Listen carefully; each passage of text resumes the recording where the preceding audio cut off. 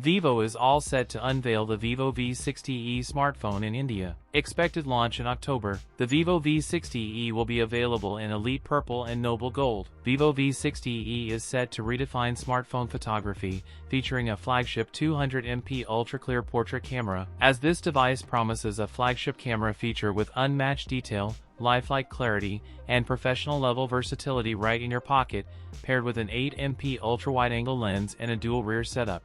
A 50-megapixel autofocus-enabled front camera. The Vivo V60e is said to be boasting a MediaTek Dimensity 7360 SoC delivers seamless multitasking, efficient 5G connectivity, and smooth handling of apps and games. The Vivo V60e features a quad-curved AMOLED display, which will probably support a 120Hz refresh rate like its predecessor. The Vivo V60e is to come with IP68 and IP69 ratings. The battery is tipped to be 6,500 mAh.